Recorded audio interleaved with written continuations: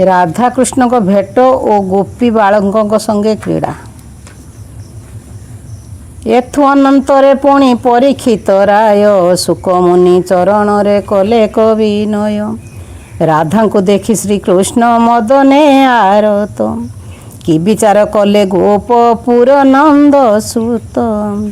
तांकर संगरे प्रीति हेला कि न हेला मंदिर को राधा जाई कि विचार कला। परीक्षा आगे कहती सुखमुनि बर जे दिन राधा भेटी देले दामोदर। सुंदरी मदन बाणे होइला बातुला कथा कहे मात्र कृष्ण नाम रे बिहोला। तांको बिना आउ किछि न आसे मन को केमंत पाइब बोली भाबुथाए ताकू। लज्जा जोगे सेई कथा न कहे काहाकू दिन दिन भाबी भाबी क्षीण हेला बपू। दूतिका देखी ताहार बोलई बचन कि पाई न कह सखी हृद कथा बान। राधिका बोले मुई मदने व्यथित कथा निवारण तुही हेबु कि समर्थ। नंदर नंदन को तेजेई परिबु तु पाइले मो जीवन रहिब जेतेबे। दूतिका बोलई तुम्बे निश्चिंत रे थाओ मुही आनी निश्चिंत ते देवी नंद पुओ। एही कथा बोली दूतिका चलिला बहन कदम्ब तले भेटिला से नंद नंदन। करपत्र जोड़ी न से बोलई सुंदरी वृषवान दुही ताकू क्रख चक्रधारी। जेउ दिन कन्हाई तो देखिला शरीर सेही दिन राधिका मन रे अस्थिर। बसन पिंधई नाई केश संभाल भुजंग प्राय मणई मुकुतार हार। प्रलय पवन ताकू देउ अछि ताप चंदन उठाऊ अछि मदनर धाप। अवसरे असमर्थ होई अछि सखी ताहाकू देखिले तुम्भे बड़ हेब दुखी। श्रीकृष्ण बोइले सेही चतुरी युवती एमंत होइले सेहु मते पाइब कि। चरण धरिण मोहि पहरे शोइली अनेक विनय करी मु ताकू कहिली। निष्ठुर हिया ताहार पाषाण बलिला वचन गोटिए मते केभे न कहिला। मोर मौलाणी सेहु मुतार भणजा केमंत करिबा एहा मोर बड़ कष्ट लज्जा। दुहिता बोइले तुही अंतर्जामी प्रभु से दोष को क्षमा करे ताकू रख बाबू। धरु अछि चरण न मान वाक्य बाण सुधा पाइले रहिबे चंद्रमुखी प्राण। श्रीकृष्ण बोइले मोर किछि नाही दोष सखी को बेश करिण बेगे घेनी आस। जेउ दिन तार मोर हेला एक नेत्र सेही दिन तनु मोर मदने आरत। सखीर जेतेक गुण कहिलु मोठारे सते गुण सखी तही मन इच्छा मोरे। श्रीकृष्ण को वचन रे दूती चली गला सखीर आगरे जाई वचन कहिला। अनेक स्तवरे हरि होइले सन्मत तुही सतरे जाइन भेट नंद सुत। एहा शुणी राधिका जे होइला आनंद मुकुंद वन रे किबा पूर्णिमार चांद। भल करी खोसा बांधी कजल घेनिला ताटका भितरे नेई नूपुर भंजिला। गभा गोटा भल करी साजिला सुंदरी बहु जुगरे ताहार सोहे बिन दिबा माड़ी। कृष्ण को भेटिब बेली बन को बाहार बेल होई अछि पुणी द्वितीय प्रहर। रतनर बेनी घट काखे अछि घेनी दूतिका सखी ताहार पासे छंती पुणी। ଯମୁନା କୂଳରେ ରତ୍ନ ଘଟ ସେ ଥୋଇଲା, କଦମ୍ବ ତଳୁ ମୂଳରେ କୃଷ୍ଣଙ୍କୁ ଭେଟିଲା। ଦୂତିକା ବୋଇଲେ ତୁମ୍ଭେ କିଶୋର କିଶୋରୀ, ବନରେ ପଶି ବିହାର ଦୁଃଖକୁ ପାଶୋରୀ। ରାଧିକାକୁ ଦେଖିଣ ସେ ଦେବ ନାରାୟଣ, ମଦନେ ଆରତ ହେଲେ ମତି ଛନ୍ନ ଛନ୍ନ। ରାଧା ହସ ଏକତ୍ରିତ ହୋଇଲା ସେଠାରେ, ଯେଉଁ ଲକ୍ଷ୍ମୀ ବିଷ୍ଣୁ ବିଜେ ବୈକୁଣ୍ଠ ଧାମରେ। ଏକାଳେ ଦୈତ୍ୟ ଦେବ ମେରୁ ସ୍ଥାନେ ଗଲେ, ରାଧିକାକୁ ଘେନିନ ସେ ଦୂତିକା ଅଇଲେ। ନିଜ ମନ୍ଦିରରେ ହରି ବଶ୍ଚା ଘେନି ମିଳି, ଅପ୍ରତ୍ୟହ କରନ୍ତି ରାଧା ସଙ୍ଗେ ରାସ କେଳି। ସନ୍ଧ୍ୟା ହଉ ସକାଳ ଯେ ଦୀପହର ନିଶା, ରାସଲୀଳା କରନ୍ତେଣ ନ ପୁରଇ ଆଶା। ଏହିପରି ଦିନେ ଦିନେ ରାଧା କୃଷ୍ଣ କେଳି, ଶ୍ରାବଣ କରନ୍ତେ ପାପ ହେଉ ଯିବ ଦେହୁ ଯିବ ଚାଲି। ଏଥୁ ଅନନ୍ତରେ ପୁଣି ରାଜା ପରୀକ୍ଷିତ, ଶୁକ ମୁନି ପାଦେ ତଳେ କଲେ ପ୍ରଣିପାତ। ଭୋମନି କହନ୍ତୁ ମୋତେ ଶ୍ରୀକୃଷ୍ଣର କଥା, ଶୁଣିଲେ ଛାଡ଼ିବ ମୋର ହୃଦ ପାପ ବ୍ୟଥା। ନନ୍ଦ ଗୃହରେ ଶ୍ରୀକୃଷ୍ଣ କିସ କଲେ ପୁଣି, ଏକଥା ଫିଟାଇ ମୋତେ କହ ମହାମୁନି।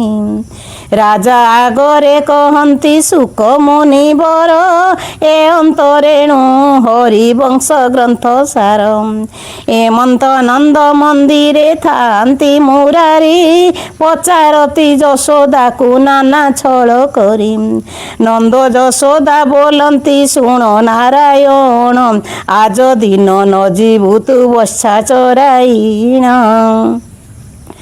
କାଲିରେ ଅପାର ଦୁଃଖ ପାଇଅଛୁ ତୁହି, ଆଜି ଦିନ ଥାଅ ବାବୁ ମୋର ଗୃହେ ରହି। ଚନ୍ଦ ନନ୍ଦର ବଚନ ହରି ନଗଲେ ବନକୁ, ଅତି ଯତ୍ନ କରି ଘରେ ରଖିଲେ ତାହାଙ୍କୁ। ତୈଳ ଜୁରୁ ଜୁରୁ କରିଦେଲେ ତାଙ୍କ ମାଥ, ଚନ୍ଦନ ବନ୍ଦନ ରୂପ ହେଲେ ଗୋପୀନାଥ। ଶ୍ରୀକୃଷ୍ଣ ବୋଇଲେ ମାତା ମୋହର ଦେହରେ, କିମ୍ପାଇଁ ବନ୍ଧନ କରିଅଛ ଚର୍ମ ଡୋରେ। ପାଦରେ ଦେଇଛ ମୋର ଦିଓଟି ବଳୟ, ନାକ ପୋଡୁଥିବା ଯୁଗେ ଦୁଃଖ ଅତିଶୟ। ଗଳାରେ ଯେ ବ୍ୟାଘ୍ର ନଖ ଲମ୍ବାଇ ଦେଇଛ, ଏଥିର କାରଣ ମୋତେ କହ କରି ସତ। ଜନନୀ ବୋଇଲେ ବାପ ନୁଟି ହୋଇଯାଇ, ଗୋଟାଏ ନନ୍ଦନ ମୋର ଅଟୁ ତୁମା ଧୋଇ। ଅପୁଆ ଘରରେ ତୁହି ଅଟୁରେ ନନ୍ଦନ, 750 ବର୍ଷେ ପାଇଅଛି ପୁଣ।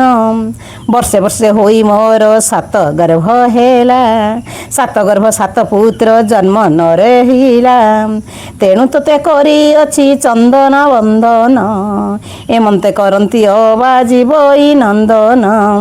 ଗୋବିନ୍ଦ ବୋଇଲେ ଏହା କଲେ କି ବର୍ତ୍ତିବି, ଯେତେ ଦିନକୁ ଆସଇ ସେତେ ଦିନ ଥିବି। ମଲା ପ୍ରାଣୀ କି ବାନ୍ଧିଲେ ସେହି ସବୁ ଘେନି, ସେ କି ଯେ ରହିବ ଗୋଦିବସ ରଜନୀ। ଏପରି କଲେ ଆମର କିବା ହୋଇଥାଏ, ଅବଶ୍ୟ ପ୍ରାଣୀ ମରିବ ନିଶ୍ଚୟ ଜାଣ ତୁହି। ମୁହିଁ ଯେ ଅଟଇ ତୋର ଏକଇ ନନ୍ଦନ, ଏକ ପୁତ୍ରକୁ ରଖନ୍ତି ପ୍ରଭୁ ଜନାର୍ଦ୍ଦନ। ଏହା କହି ଗୋଟିକ ପୁତ୍ର ଧ୍ରୁବ ନାମେ ବୀର, ସୁକୁଣ୍ଟବେ ଘେନି ସେହୁ ବସିଲା ସ୍ୱର୍ଗର। ଏକା ବୋଲି ମାତା ତୁମ୍ଭେ ଚିତା ନ କରିବ, ଏକ ପୁତ୍ରକୁ ରଖନ୍ତି ନିଶ୍ଚୟ ଆଦି ଦେବ। ମାତା ବୋଲେ ତ ପାପ ଦରୁ ପଡୁ ମୋର ଶିର, ସର୍ବକାଳେ ବାବୁ ତୋତେ ରଖୁ ଚକ୍ରଧର। ଏହା ବୋଲି ଶ୍ରୀକୃଷ୍ଣଙ୍କୁ କୋଳରେ ଧରିଲେ, ସଜହୁଣି ଲୁଚାଏ ତା ହାତରେ ଯେ ଦେଲେ। ଲବଣୀ ଭଞ୍ଜିଣ କୃଷ୍ଣ ବୋଲନ୍ତି ବଚନ, ଦଣ୍ଡକେ କ୍ଷଣିକ ମାତା ବସିବି ବହନ। ସେହି କଥା ସହିନ ସେ ମାତାଙ୍କ ଆଗରେ, ପୁଅମାନଙ୍କୁ ପାଖଠୁ ଡାକନ୍ତି ଧାତିକାରେ। ଗୋପାଳ ପୁଅମାନଙ୍କୁ ଘେନି ନନ୍ଦ ସୁତ, କୌତୁକରେ ଖେଳନ୍ତି ପ୍ରଭୁ ଜଗତ ମାତ। ପୁତ୍ରମାନଙ୍କୁ ଡାକିଣ କହନ୍ତି ମୁରାରି, ହାତୀ ଗୁଡ଼ା ଖେଳିବା ଯେ ଆସ ବେଗ କରି। ଆଗ ଲାଞ୍ଜ ପଛ ଲାଜ ହୁଅନ୍ତେ ଗୋପ ପୁଅ, ଲାଞ୍ଜକୁ ଧଇଲେ ଯାଇ ପ୍ରଭୁ ଦେବରାୟ। ଶ୍ରୀକୃଷ୍ଣ ବୋଇଲେ ମୁହିଁ ମାଉନ୍ତ ହୋଇଲି, ତୁମ୍ଭେମାନେ ହାତୀ କଡ଼ା କୋଶ କହିଥାଅ ବୋଲି। ଶ୍ରୀକୃଷ୍ଣଙ୍କ ବଚନରେ ପୁତ୍ର କଢ଼ାଇଲେ, ସେ ପୁଣି ଯାଇନ ତହିଁ ହାତୀ ଧୁଆଇଲେ। ପଡ଼ିଲା ପଡ଼ିଲା ବୋଲି ତାକୁ ଚକ୍ରଧର, ପୁର ଡେଇଁ ହାତୀ ରହେ ଯମୁନା କୂଳର। ଶ୍ରୀକୃଷ୍ଣ ବୋଇଲେ ମୁହିଁ ହାତୀ ଯେ ହୋଇବି, ମୋତେ କଢ଼ାଅ ମୁହିଁଟି ଏବେ ଗୋଡ଼ାଇବି।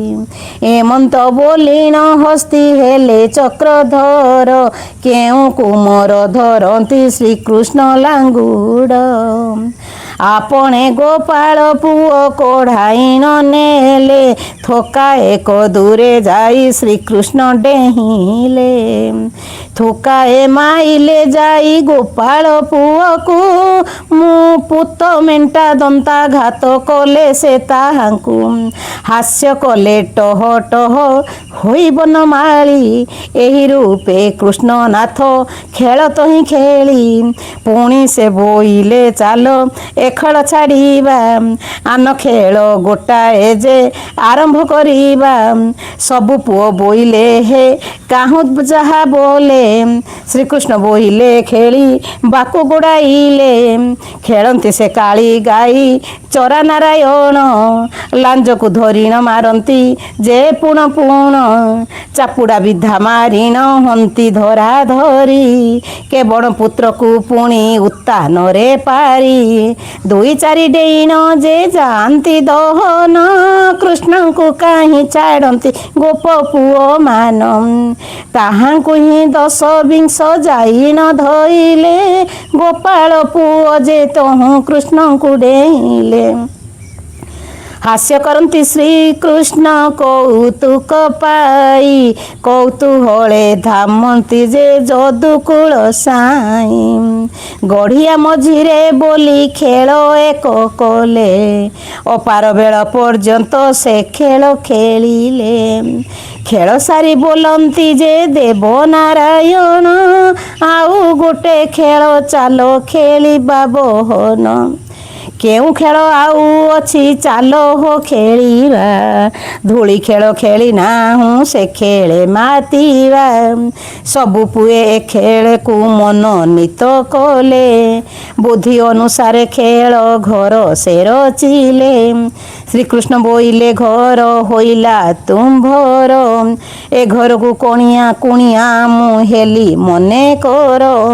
ସବୁ ପୁଅ ବୋଇଲେ ତେବେ ଭଲ ହେଲା, ଆମ୍ଭର ଗୃହରେ କାହ୍ନୁ କୁଣିଆ ହୋଇଲା।